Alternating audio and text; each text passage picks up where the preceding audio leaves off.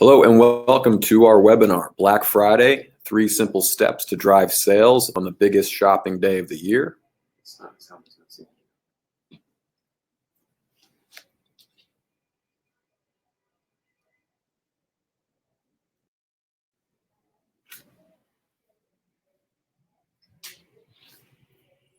I'm Dan Fogarty, the Director of Content at Bridge.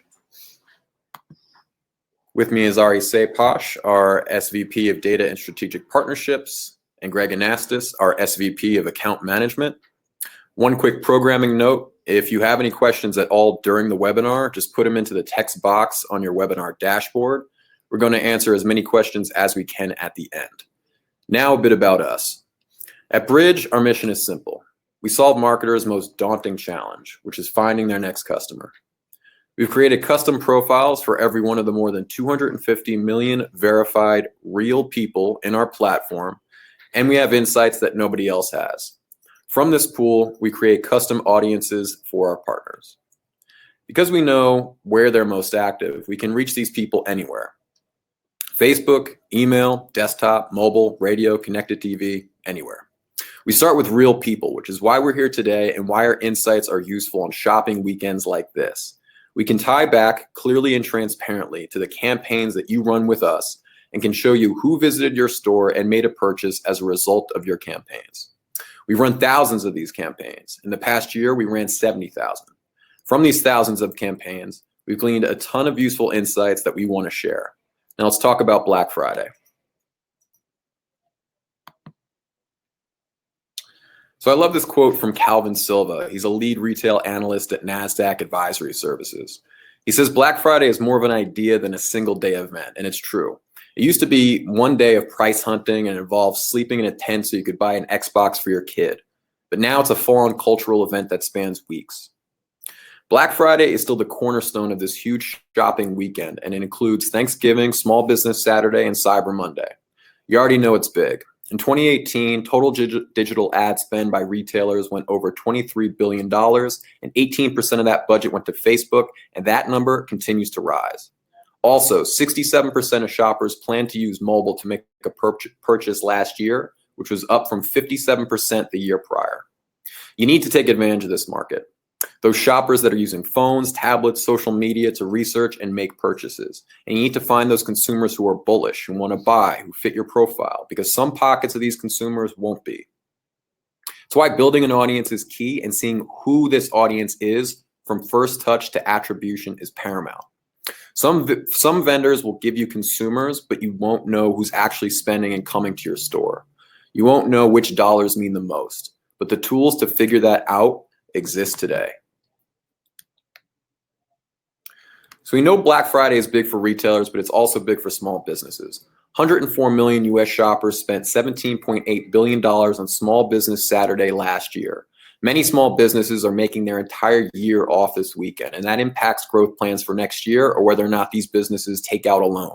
It's going to be big this year too, but there are certain things that both retailers and small businesses are wary of.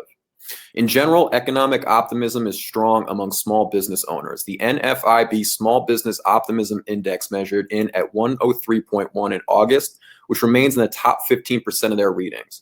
But that optimism index showed some cracks. It fell 1.6 points from the month prior, and a lot of that had to do with the manic predictions of recession that we've seen over the past year. This has a psychological effect and creates a bit of uncertainty for SMBs. Still, though, things are healthy. Consumers are bullish, SMBs are growing at record rates, and small businesses remain the growth engine for our economy. For retailers, they have to think of low prices and the trade war and its effect on the supply chain. Apparel prices haven't gone up meaningfully in the last 7 years, and that's according to the Bureau of Labor Statistics. Consumers have been trained to shop cheap, and that training has led to an obsession with finding the lowest price. Amazon is a symptom of this obsession. For the most part, the production of cheaper goods has been outsourced overseas, but now companies that rely heavily on parts or items from China are facing a big threat to their supply chains. Again, consumers are bullish. The economy is healthy, but small businesses and retailers can't afford to leave money on the table. They need to build audiences full of real people who are interested in their product. They need to deliver the right message to these folks on the right channels, especially on Facebook. and they need to accurately measure success. Now, more than ever, end-to-end transparency is necessary. And with that, I'm going to hand it over to Ari. Thanks, Dan, and thanks everyone for attending today. At Bridge, as you've heard, we're all about people. And with any campaign, there are crucial steps. Today, we're going to focus on three: audience, media, and measurement. On Black Friday, there are more shoppers than any other time of year. You're going to see an increase in conversions and sales, but you're also going to see an increased ad competition on platforms like Facebook. Shoppers can become blind to all the Black Friday deals simply because there are so many of them. According to a survey of retailers, 25% of 2018 digital ad spend went towards Black Friday weekend. You better be sure if this event or idea is so important that you're talking to the right people. This is making or breaking your year. So let's talk about two common positions brands are in today. You don't have data, or you do have data. Quick pause here to make sure everyone knows what I mean when I say data. I'm talking about if you know who your customers are, not what you think they look like. If you have it, you know it's your gold. If you don't, you wish you do. We're talking about Facebook today. And there's a good reason why it works. It converts potential customers into customers, and they know a lot about their users who can be your future customers. So the great news is if you don't have data, and Facebook can help you find the right people. But remember what we talked about in the last slide. There is serious competition on Black Friday for getting in front of that next customer. This is where having a partner who knows more about people is very powerful. We ran 70,000 campaigns last year and have all that valuable information on the people who we serve those ads to.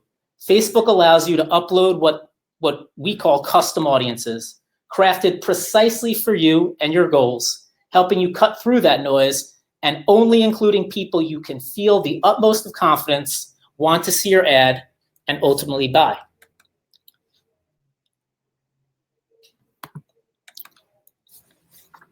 The next example is if you do have data. For those listening today who have data, everything I outlined is also relevant and doable for you, but you can use the information you know about your customers to supercharge it.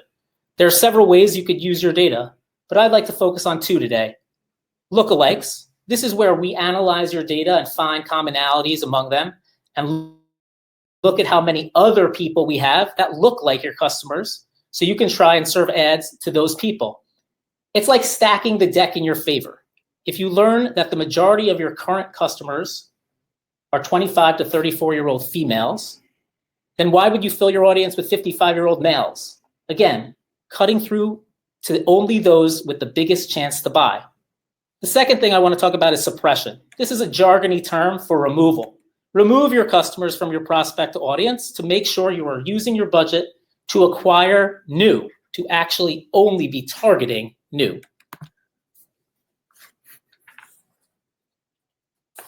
Step two, after we've worked hard to curate this great and accurate audience, is you have to be able to serve ads to them in an efficient way. Choose your audience and upload a custom audience to Facebook. Choose your creatives and go. Having a partner who knows the Facebook ecosystem well, so you can make sure every dollar is being used efficiently to your now highly accurate audience, is a game changer.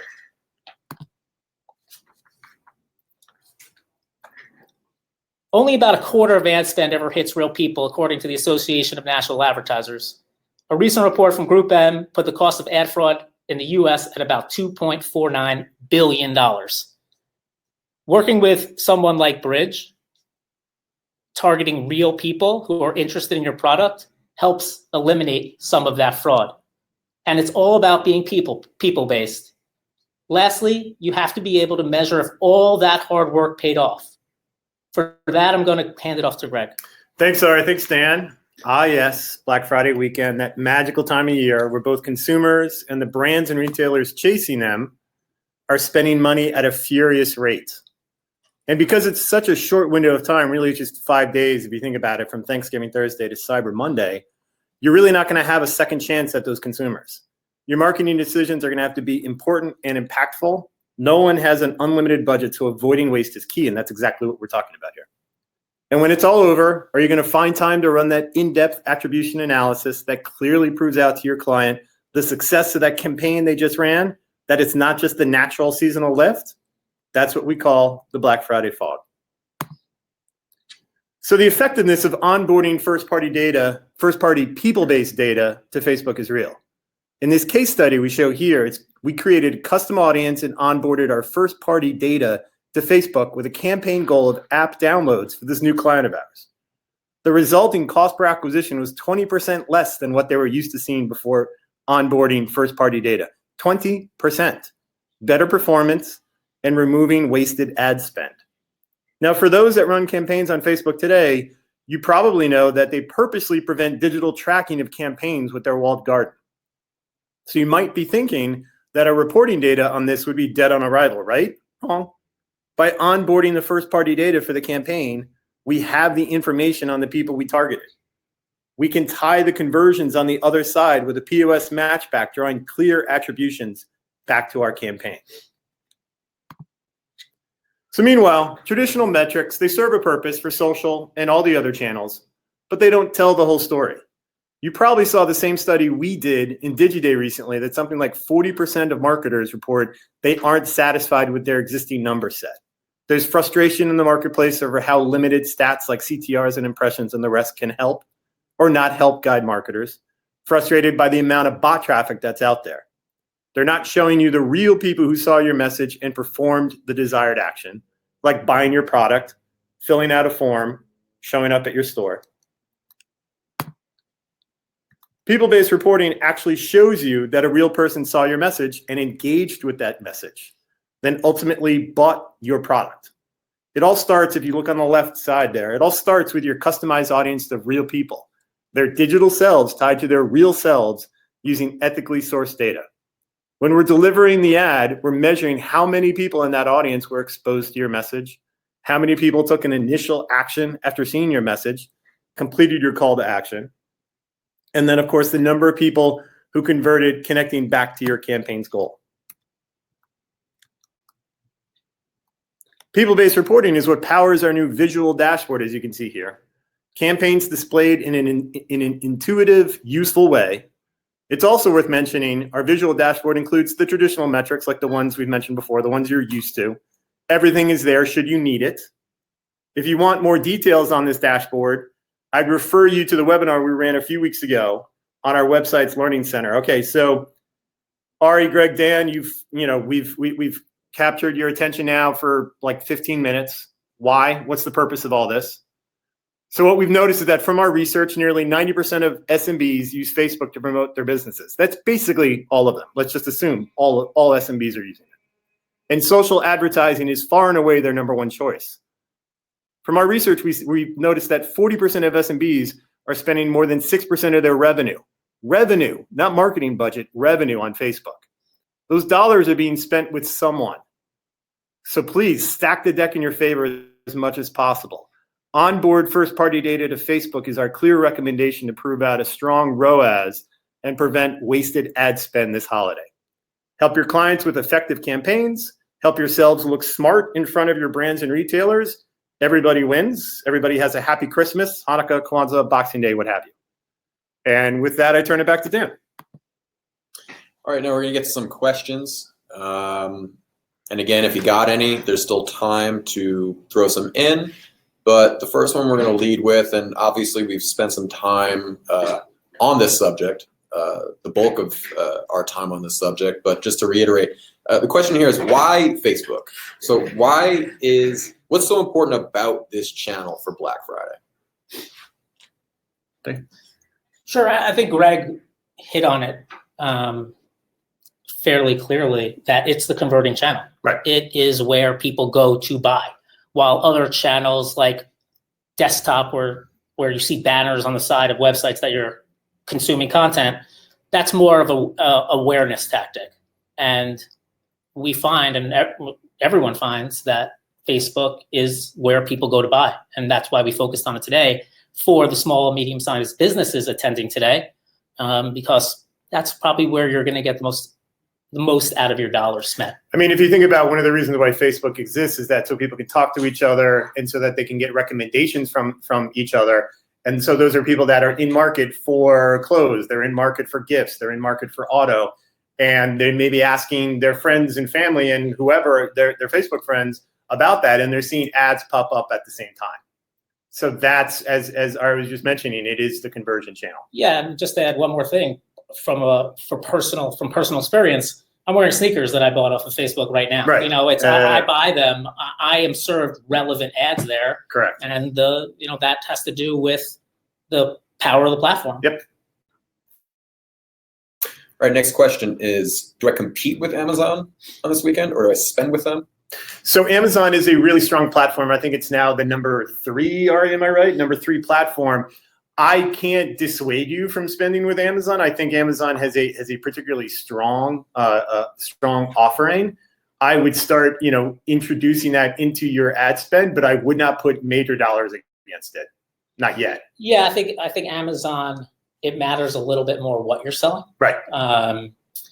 It's more of a consumer product goods engine than potentially Facebook that will offer more broad offerings to a broader range of products. And for the CPG vendors out there, for other verticals like that, they're already spending money with Amazon today through their co-op advertising vehicles. So that's not going to change. Your offering as an agency back to your brands, that's not going to be a new differentiation for them. They're a new offering for them. They're probably already spending that money, just not through you.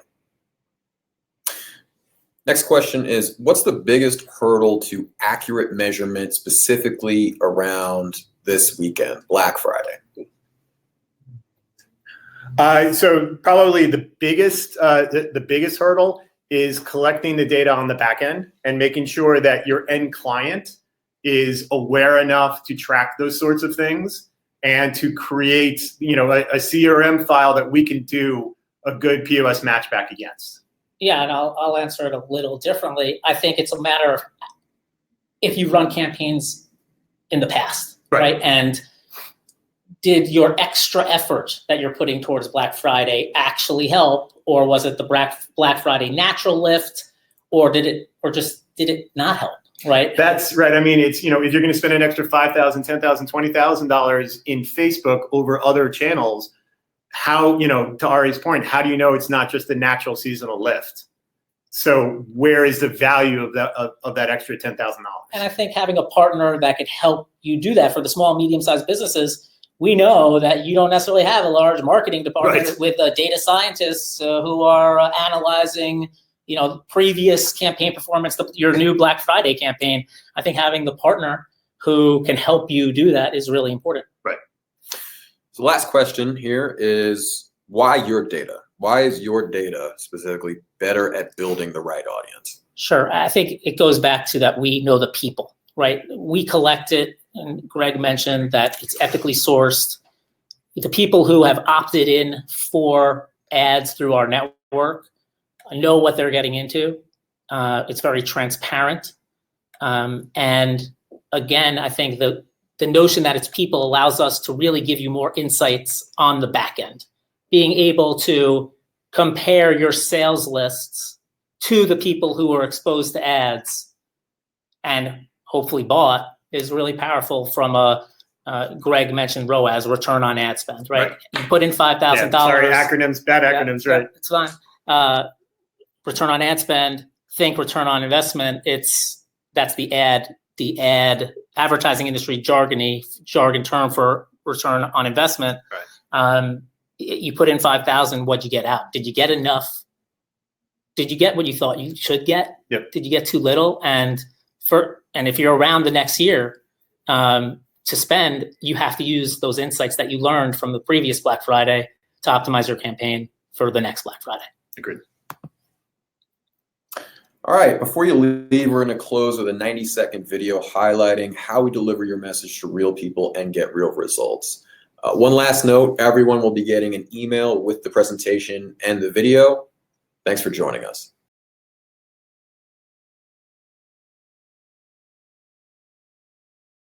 solving an auto dealer's most daunting challenge, finding its next customer.